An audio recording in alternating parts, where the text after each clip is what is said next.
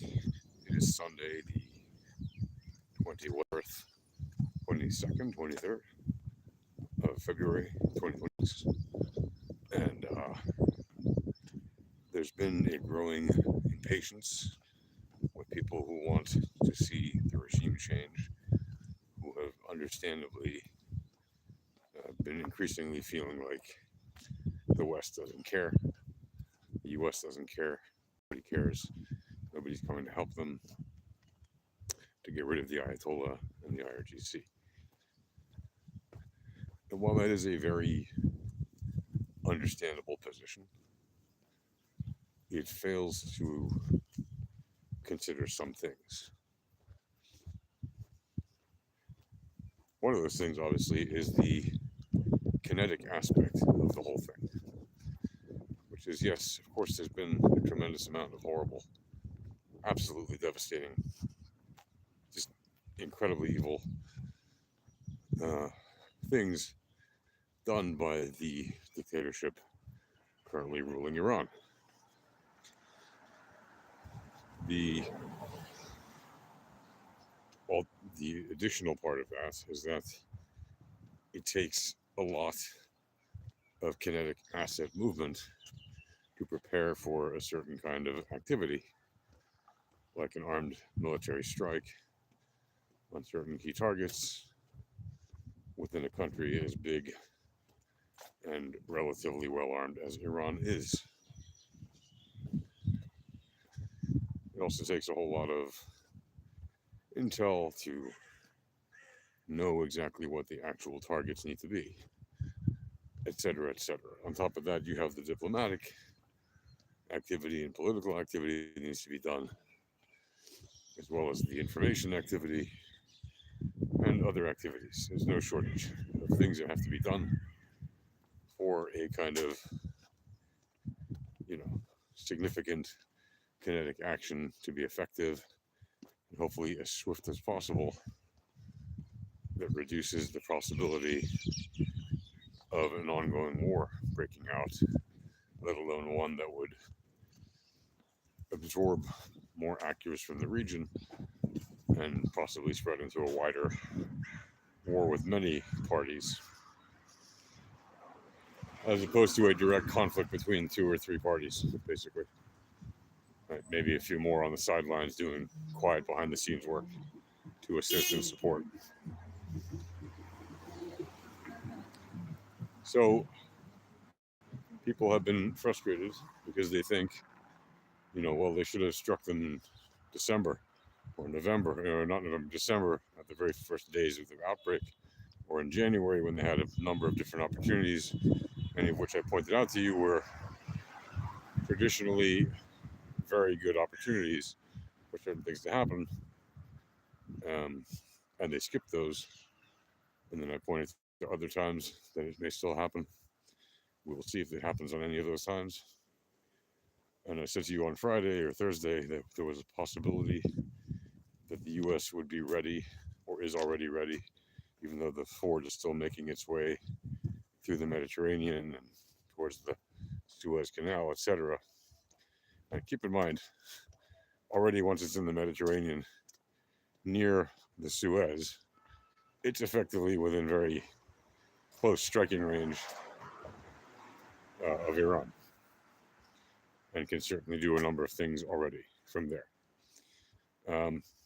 So it's effectively in theater already, even though it hasn't yet arrived to its target location where it intends to go to act as a second strike group in the region. Keep in mind, the U.S. doesn't usually send this kind of armament to strike groups and all these, bombers and jet fighters and troops of all different kinds, and special ops and all this other stuff, to a region in such numbers without the intention to use them. It doesn't mean they will use them, but it's not the kind of thing they typically do just for giggles. By the way, hello there in the chat. I see you. Hi there to you. If you like this video, like and subscribe. Thanks. If you haven't already done that, thanks. Um, so has the West given up on seeing Iran be free? Well, I can tell you at the grassroots level, where I've been running around a lot lately, especially online, there's a growing number of people who, first of all, actually know anything about the issue whatsoever, because there's a lot of people who've been informing them, but you still have a sizable population that really know nothing about what's going on in Iran. And most of them don't even know, which side is good and which side is bad. And so they need to be educated. The good news is, when they are educated properly, they will usually say free Iran.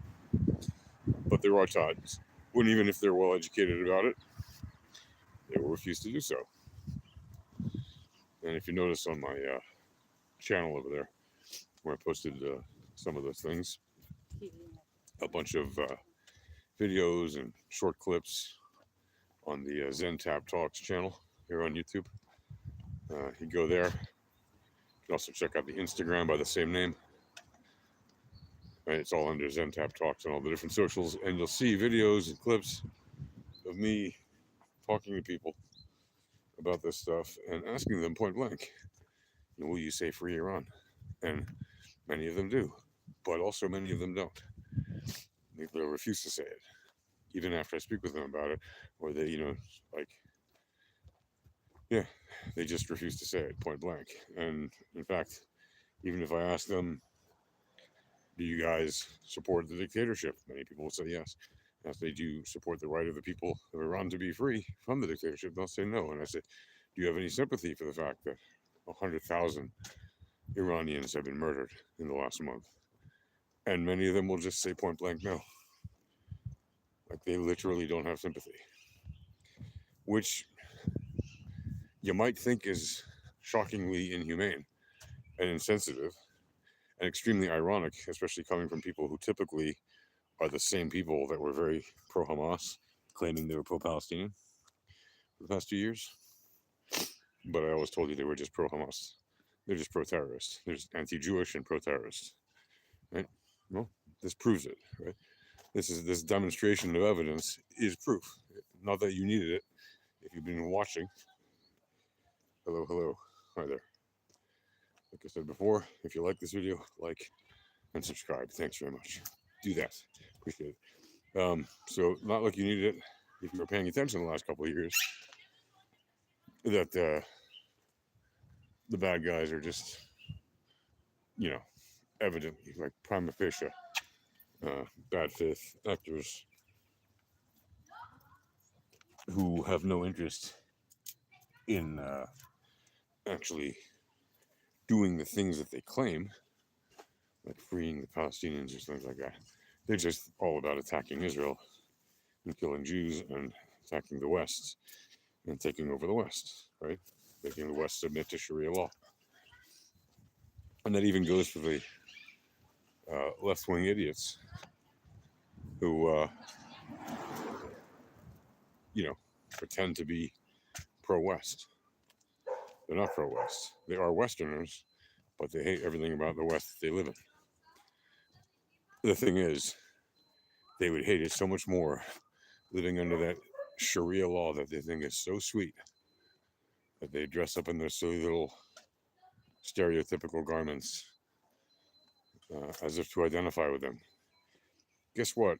White dudes and white dudettes stretched across whitedom in the West. Just because you don a keffiyeh or some other kind of Arab or Muslim garb, or Arabized garb, or garb stolen from an Arab culture, like the keffiyeh, that doesn't make you identify with them. Right? What makes you identify with them is actually if you identify with them. Wearing their clothes doesn't do that. Okay? Like putting on a keffiyeh for a protest and then taking it off after the protest, or even wearing it 24/7 looking like an idiot, doesn't make you one of them. Now, you can still say you stand in solidarity with them, no problem. Like, I stand in solidarity with the people of Iran to be free. Okay. But I don't go running around dressing myself in traditional Iranian garb as if that's somehow going to make my argument more valid. It doesn't. I don't have to be an Iranian dissident or an Iranian person or somebody who pretends to be Iranian in order to make my point. These people deserve to have freedom, just the same way that you do if you're one of these people living in the West, enjoying the freedoms of the West, right? They deserve freedom. If you deserve freedom, why shouldn't they? And you're going to tell me, well, their culture doesn't want freedom.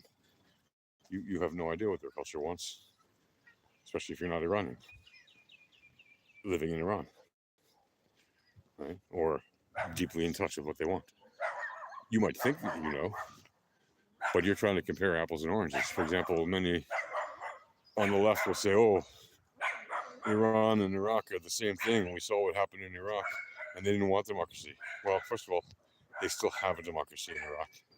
Yes, it may not be as developed as an American or British or French or other European democracy, but it's still democracy. They still vote for their leader every once in a whenever. So don't diss them by saying they don't have one, because they do. And they were given that democracy by the Allied forces led by the US. And you can say it's a messed up system. It's not a very well run democracy all you want. It's still a democracy of their choosing, is the one that they are currently building. And yes, it's not a real democracy. You can say that. It's not a democracy. It's not a full-blown democracy. Yes, understandable. But still, they have elections for their president, okay, or prime minister. Apart from that, yeah, you could say it's not a democracy. True. But they at least have elections for, their leadership. And by the way, notice that since they did that, even though Iraq and Israel don't have a peace treaty, Iraq and Israel have had very much a deconflicting of the situation between our nations. In fact, during the last year, when Iran shot rockets at us, Iraq was one of the countries that quietly gave us intel to help us shoot down the ballistic missiles coming our way from Iran. So to say that we don't have a peace treaty, it's true. But it's also true that we increasingly share interests, even as far as to go as to share intel on projectiles being shot between our nations, because they don't want to have a conflict with Israel, right? They are past the age of Saddam. And yes, even though it's a Shia-dominated country right now, and is very theocratic, it's like not a full democracy, obviously, nothing like Israel or any other place that you could call a democracy. Still, the fact that they're not led by a singular dictator, right, means that they have more in common with Israel and the West. And guess what? They therefore have better relations now with Israel and the rest of the West that they've had since like the 1980s, when Saddam was very much, even though he was a dictator, a brutal and evil one at that, he was still favored by the West because he was willing to play the game of being basically the West's proxy in that part of the world, as a sort of fighting against Iran at the time.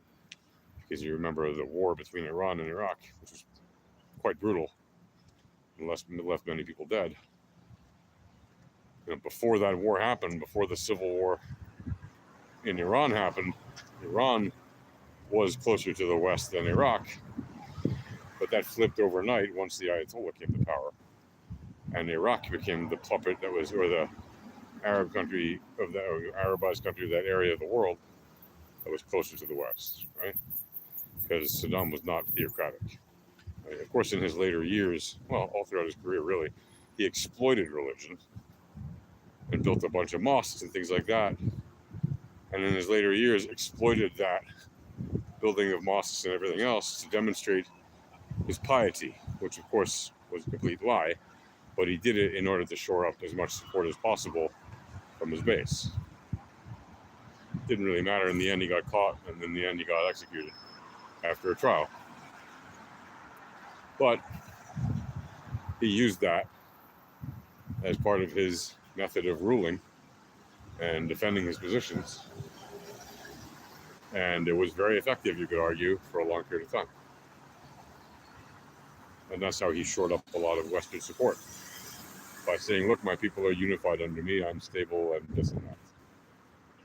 And at the time, the West favored stable dictators to less stable ones that were more theocratic, right? Especially if the stable ones that weren't theocratic were willing to do what the U.S. asked for in exchange for money, right? Which Saddam was, because he had all that oil money coming in, and he was happy about that. And it's the same situation we now have with Iran once again. Will the West favor having an Iranian theocracy in place that is continuing to spread terror in the region, in its own country, and in the rest of the world? Or will the U.S. and the West say, you know what, it really is time for a regime change. We really do need to get rid of these bastards who are killing their own people and spreading terrorism throughout the rest of the region and the world. Right? And they're destabilizing the region. They're not acting as an agent of stability. They're acting as an agent of chaos. So that is in large part the question, right? And of course, only time will tell. The answer, my gut feeling, is there will be some kind of kinetic action to make this change, even though my geostrategic analyst brain is still thinking, I still remain skeptical that he will actually, that the West will actually remove the Ayatollah and the IRGC from power. But we will see. Hopefully we'll see good things happen. Anyway, give me a minute. I'll be right back with you to continue this talk.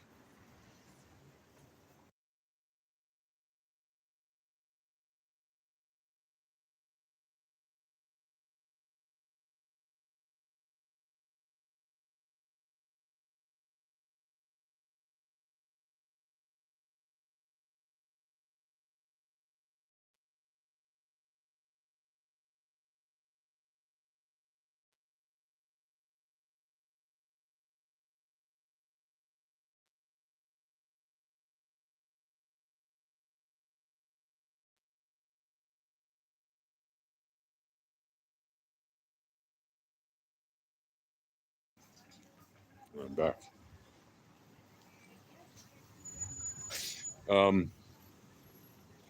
So that is the main part of the question, right? But there's a lot to go over. If you want to stick around, I'll give you more detail, because there is quite a lot to cover about this topic, right? Is the U.S. interested in seeing 93 million people living in Iran remain under a brutal dictatorship that keeps its own people in line using extreme violence? Or would they rather see the people be liberated, having some kind of movement towards democracy, if not outright democracy from the beginning of it? And more importantly, the ability to have reliable sources of energy and water for their own people. Because right now, all the energy they pull out of the ground, they offshore to cover debts and buy political favor from their supposed allies like China and Russia and North Korea.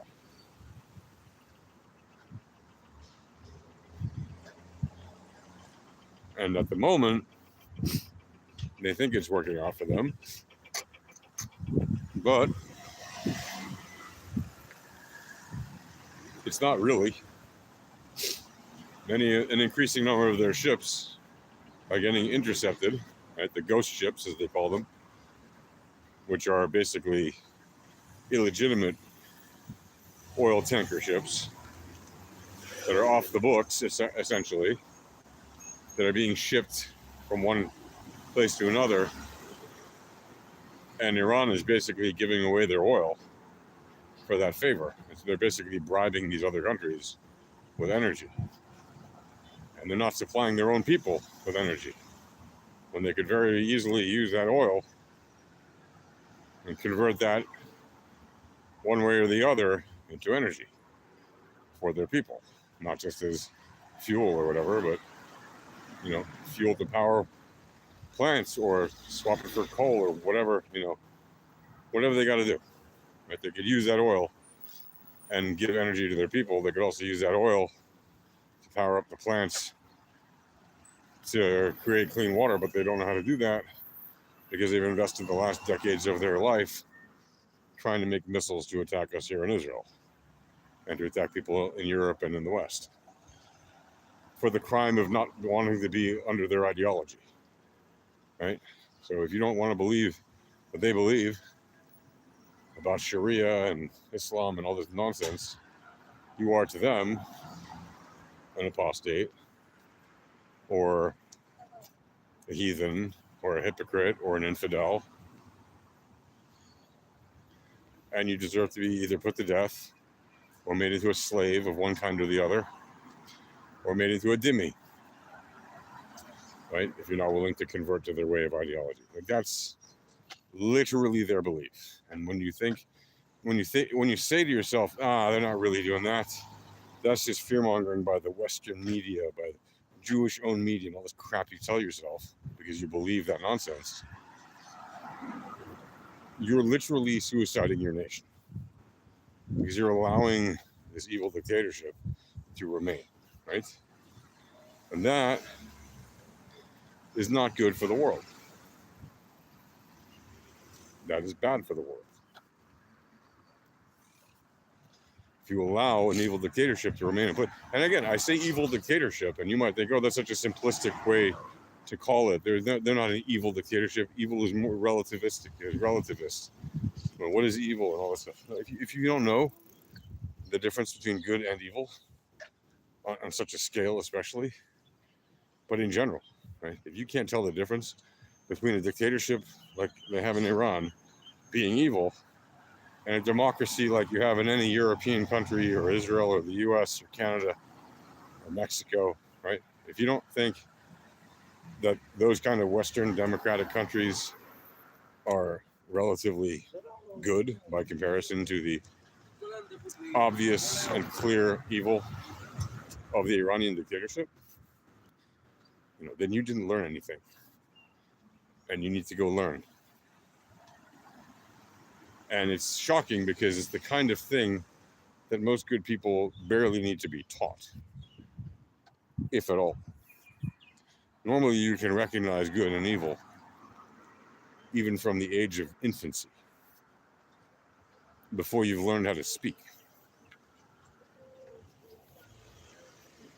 And yet, there are full-grown adults who've gone to school and everything who will do moral relativism as if that somehow makes them seem smarter. It doesn't make you seem smarter when you do moral relativism. When you're trying to do moral relativism, which is basically a perverted kind of whataboutism about morality, especially in politics, you are not only demonstrating your ignorance or your hatred, or both, you're also making yourself very clearly look dumb. Because no intelligent person that is at the top of their game, the top of the field, whatever you want to call it, no person of significance, right, of real significance, will actually agree with you. And you can say, well, what are you talking about? I learned about this in college. That's great. Speak to the actual heads of these fields of research and academics across the best universities around the world, Oxford, Cambridge, Harvard, MIT, Stanford, whatever it might be. I should say, Polytechnique, etc., right? McGill, you name it. Any top university around the world, Hebrew University, whatever it might be, right? Tel Aviv University, I don't care. Any of these schools. And there could be an engineering school like Technion or, like I said, MIT or whatever. It doesn't matter, right? Or it can be a political science school, or it can be whatever. The very best professors in these fields, not a single one, at the very top, I'm talking about, not a single one will agree with your moral relativism crap. They all see that as a danger to society, because moral relativism is a danger to society when you try to use it as a weapon to attack clear and very obvious truths about morality and good and evil, right? When you try to basically equate the actions of evil with the actions of good and say, well, it's all relative, right? No, you're just making juvenile arguments and you've forgotten about the very basic fundamental point. There is a difference between good and evil, and we can tell what it is. We can usually identify it without being told a name for it. A child who sees something horribly evil happening knows that it's horribly evil, even without being taught the words horribly and evil. A child who sees something good happening gets a warm embrace from a loving parent, a support from a friend, cheering on from groups of classmates, whatever it might be, being told a job well done by a teacher, anything it might be. We can tell the difference between good and evil, right? And to pretend otherwise, again, that moral relativism crap just makes you look dumb, which is why President Trump and, frankly, Reza Shah Pahlavi, or Shah Reza Pahlavi, whatever the name is, and even Bibi Netanyahu and other leaders around the world who have spoken up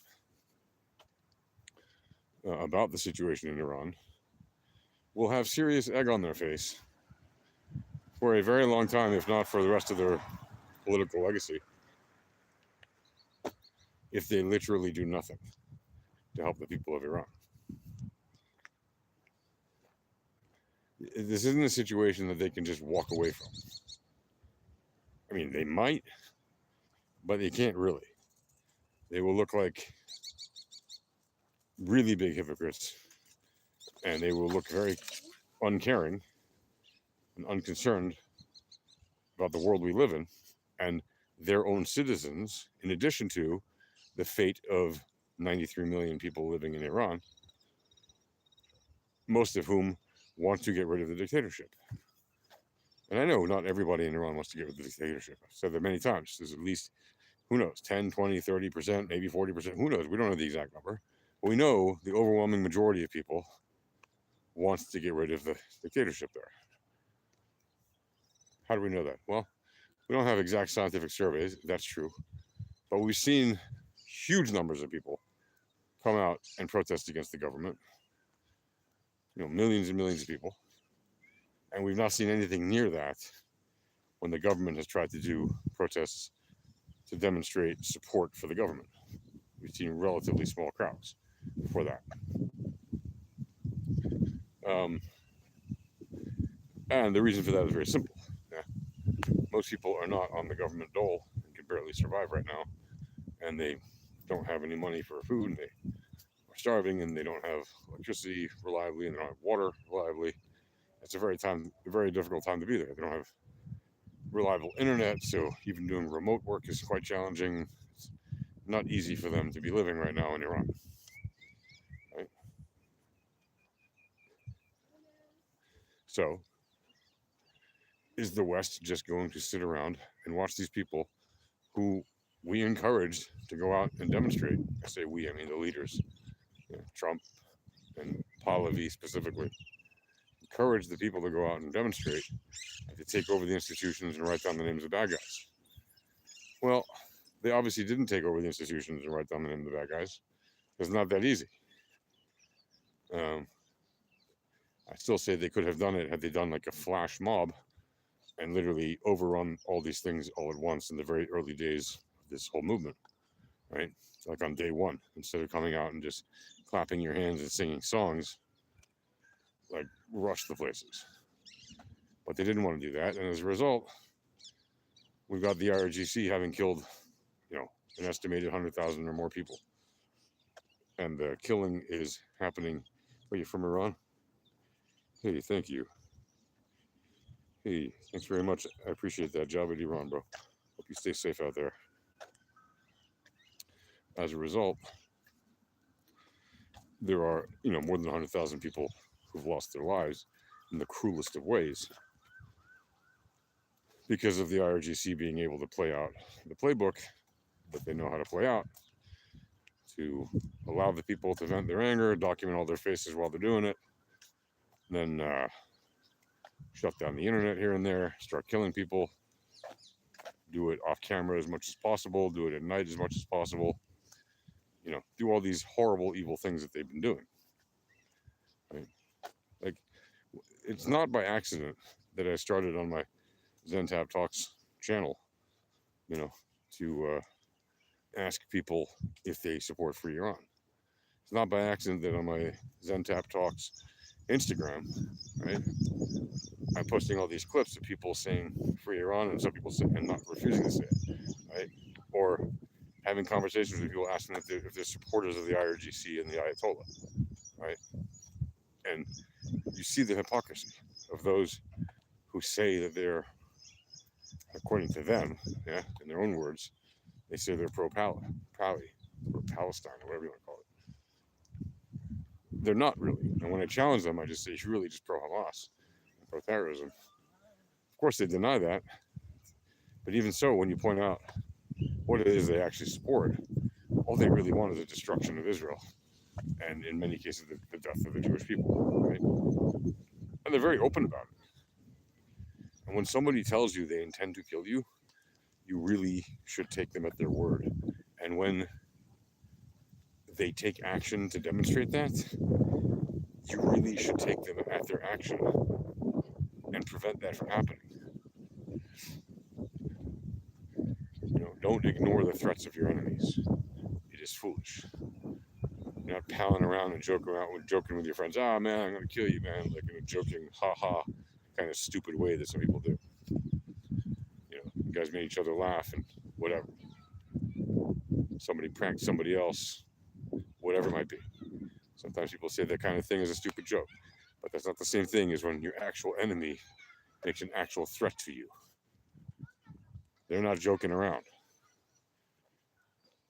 When people who literally supported Hamas against Israel over the past 2 years, right, say the things that they say against Israel, for example, well, then they're not usually joking.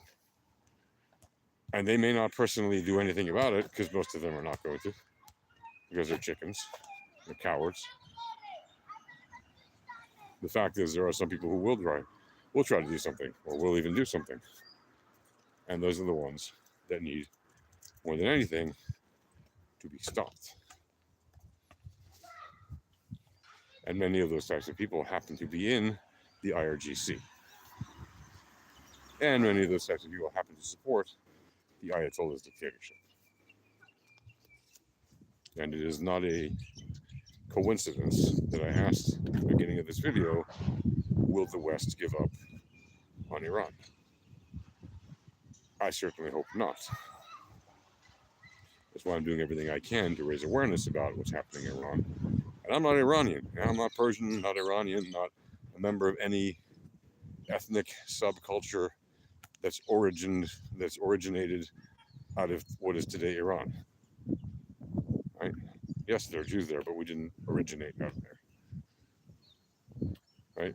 I'm just an American, Jewish, Israeli, French guy living in Israel.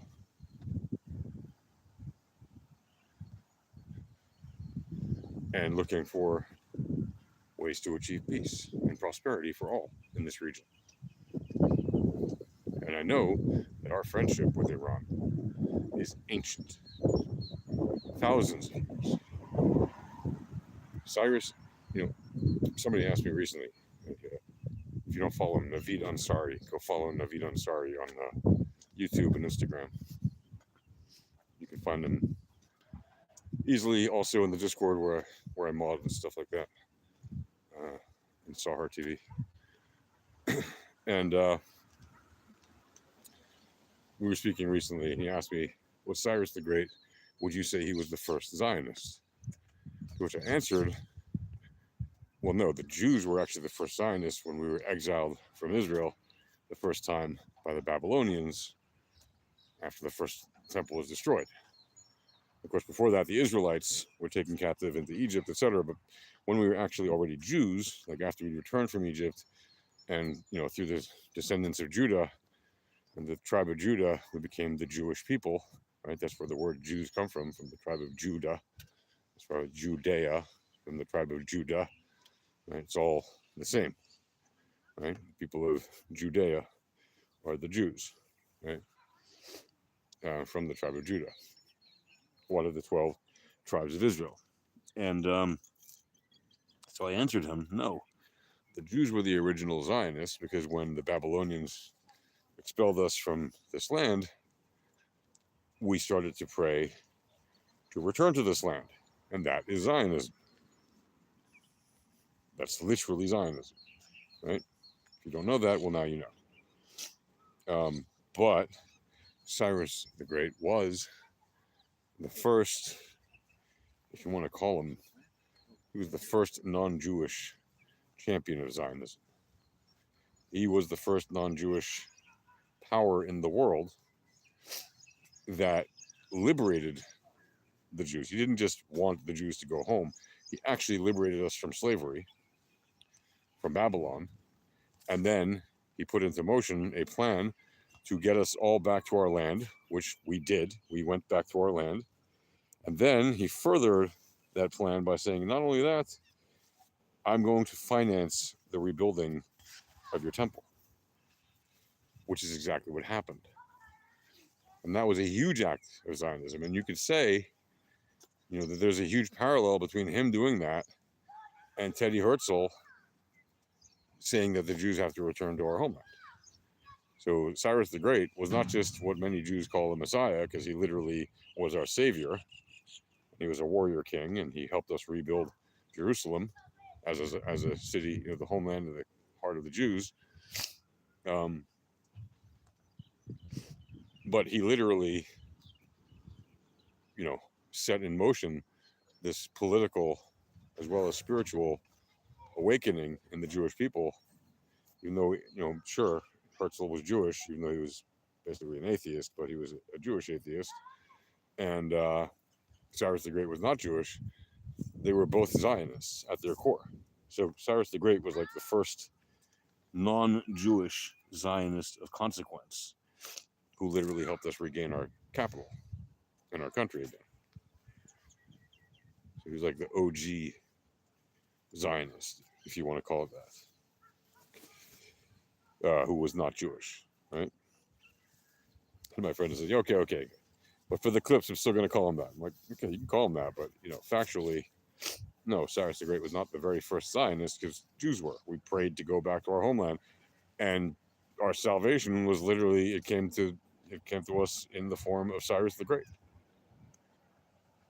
And that's how old, this bond goes. Yeah. And Cyrus the Great, by the way, didn't do all that by himself. Yeah. The Persian people helped in those endeavors to free us and to rebuild our temple. And not only that, it took 3 generations of kings, including Cyrus and Darius. It was 3 kings, not just one. 1, 2, 3 in a row, until the actual temple had been rebuilt in Jerusalem. So it's not as if it was only Cyrus the Great that was a strong friend of Israel in Persia. No. Generation after generation after generation, and many more, we've been friends with the people of Persia for thousands of years. And no 47-year-old dictatorship being run by the mullahs in mosques in Tehran is actually going to change that, right? They're just not. Right? They're not that powerful that they're going to suddenly break our friendship of thousands of years. They want to think they are. They want to think that their little 1,500-year-old, 1,400-year-old religion, which has split off into two major sects, Sunni and Shia, of which they are the Shia kind in the government in Iran. They want to believe in the government in Iran that they can break our friendship and make Iranians hate Israel and make Iranians hate Western values.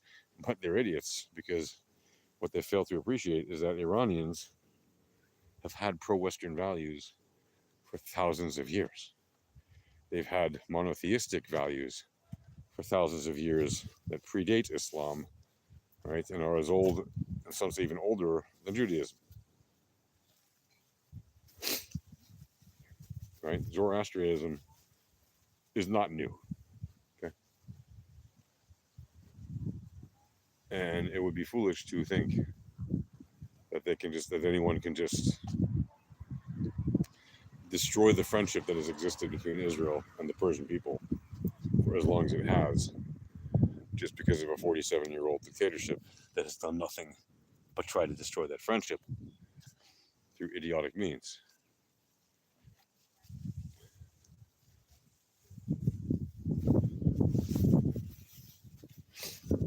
So that is the long and short of all of that. I want to let you know about it. I wish you guys all the very best with you right here. Thank you very much. Of course, I stand with you, brother. Like I said, brother or sister, whatever you are. Person. The people of Israel, by and large, all the people that I know in real life, we support you and we want you to be free. And we will do whatever we can for that to happen. Even if it's just making videos and posting them and sharing them and telling friends and telling neighbors and telling relatives overseas to go to protests and stand together and demand to be heard. That's why I started that little petition. I know it was a tiny little effort. Not a lot of people signed it, but if you want, you can click on the link. I put in recent videos. I'll probably put it again in this description. Exactly. Old friends will come together. Absolutely, brother. I just hope you stay safe, man. And I'd be happy to visit you. I'd be happy for you to visit me. And hopefully we'll do that soon. And sooner rather than later. We'll be able to do that freely once again, as our parents' generation or grandparents' generation were able to do back in those days. And since I was a kid, I remember this situation devolving into what it is. From the time that the Ayatollah took over, I was very young, very politically aware, and it was heartbreaking to see that. And I always look forward to the day. Hey, Goodsy. I always look forward to the day when that would cease to be the case.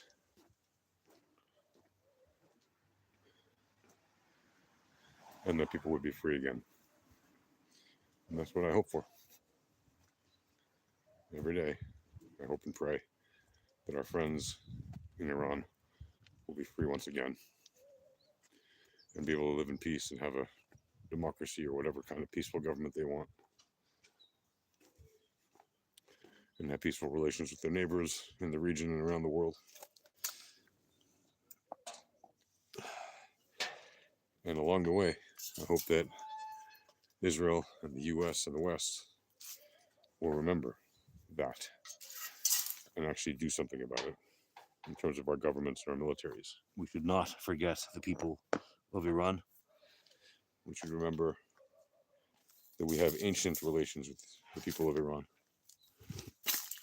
that are far more important to preserve than the horrific and evil dictatorship that currently rules the place since a relatively short number of years. 47 years is a long time, yes, of course, right? Some people never make it to that age. But in the relative span of things, the relative scheme of things, I should say,